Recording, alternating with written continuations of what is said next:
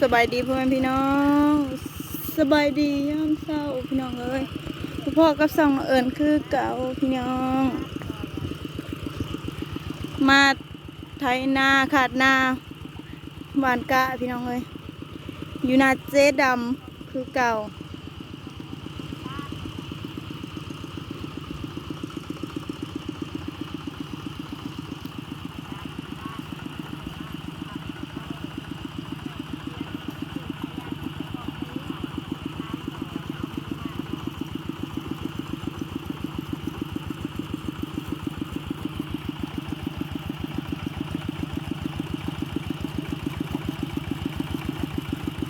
จูบมาพี่น้องเอ้ย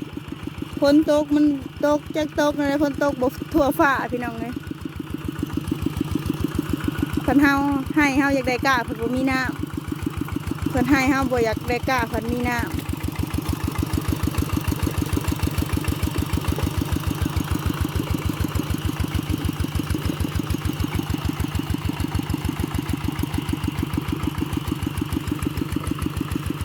จักสิเอาจังให้พี่น้องยังบ่ฮู้เลย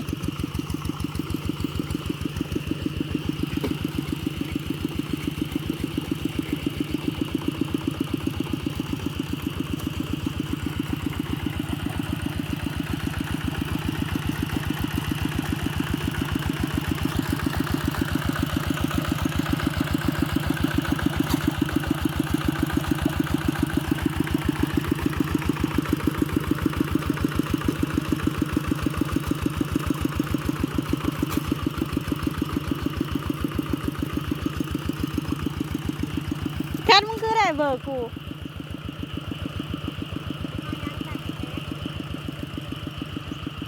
เอามึงแม่ไว้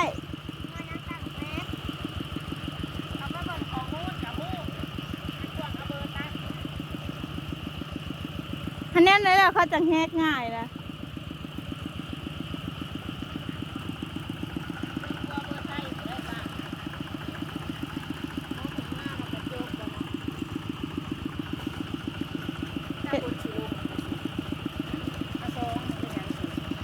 เอาไปช้องแล้วเอาไล่มันโฮมมันยืนได้ไหน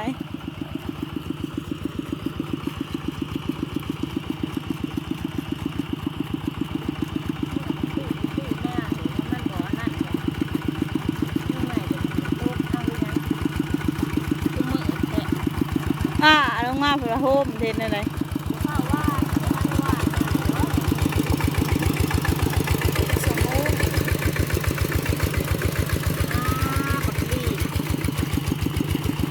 บ้านไห้นี่ ขี่ตะปวกลายขี่งัวลายคึ่มขนาดเลย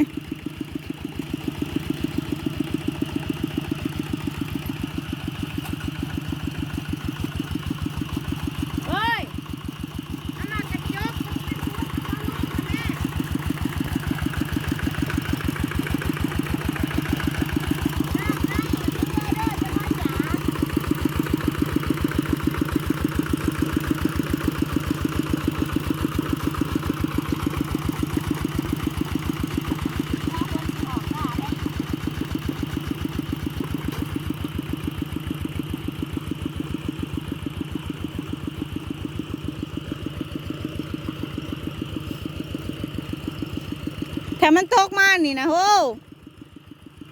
น้ำผัดแช่ให้หน้าซ้ำมันสิบโฮมกันบ่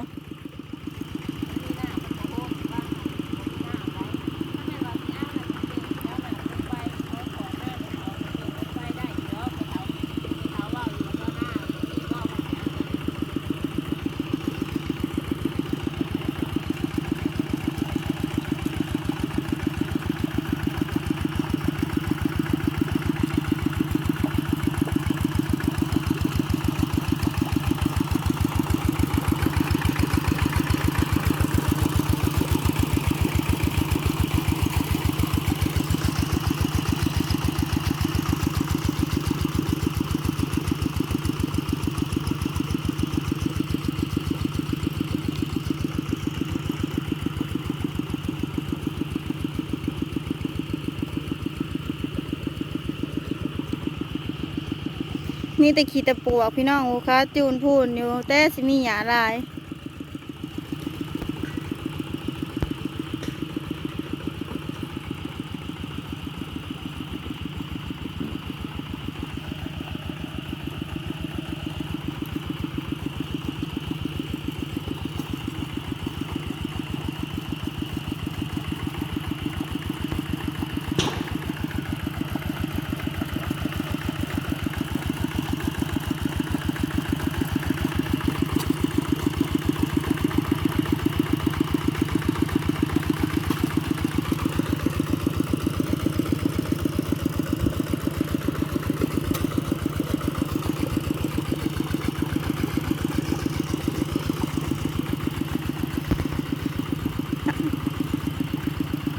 โต๊ะแคบๆกันกับมันตะกร้ายเจดำพี่น้อง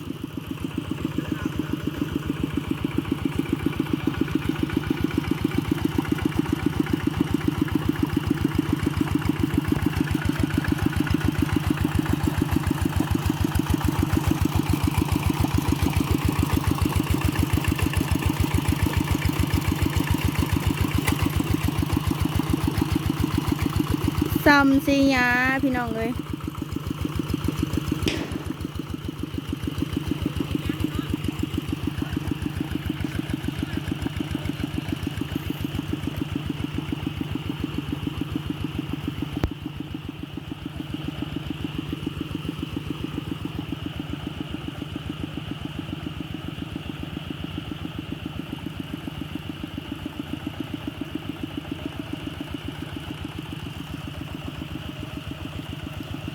แห้งก็ขึ้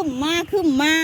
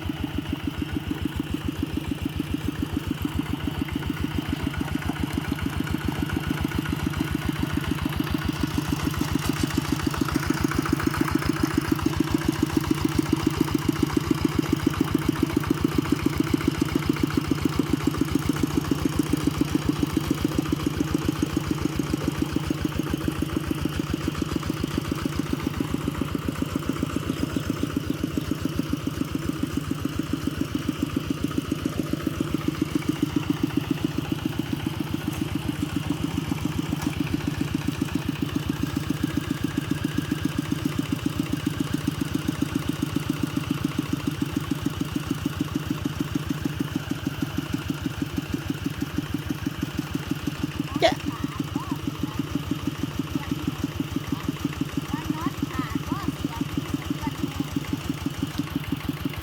จะเห็ดยังเฮ้ย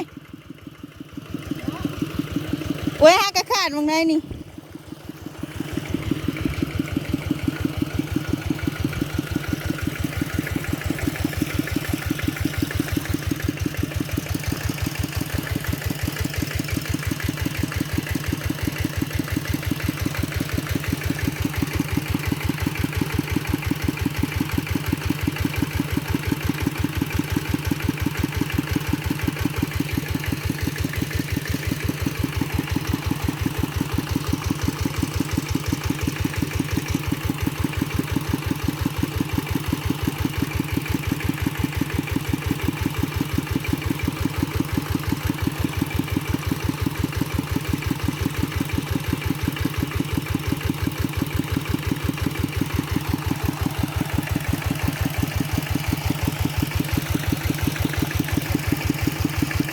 เจ้าบอกขึ้นมาผูกอยู่เทิง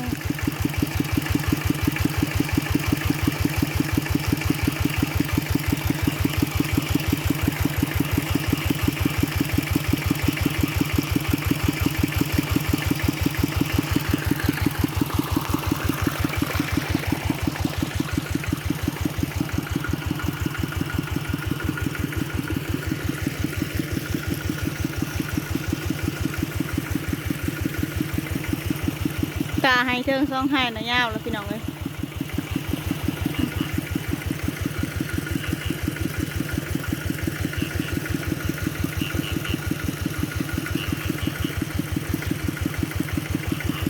เฮากับสิเดกับลากคลิปไว้เพียงเท่านี้เนาะพี่น้องเนาะคลิปหน้าพอกันใหม่พี่น้อง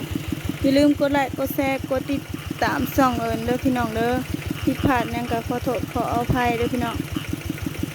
เว้าผิดพลาดหยังก็ขอโทษขออภัยคลิปหน้าพอกันใหม่บ๊ายบาย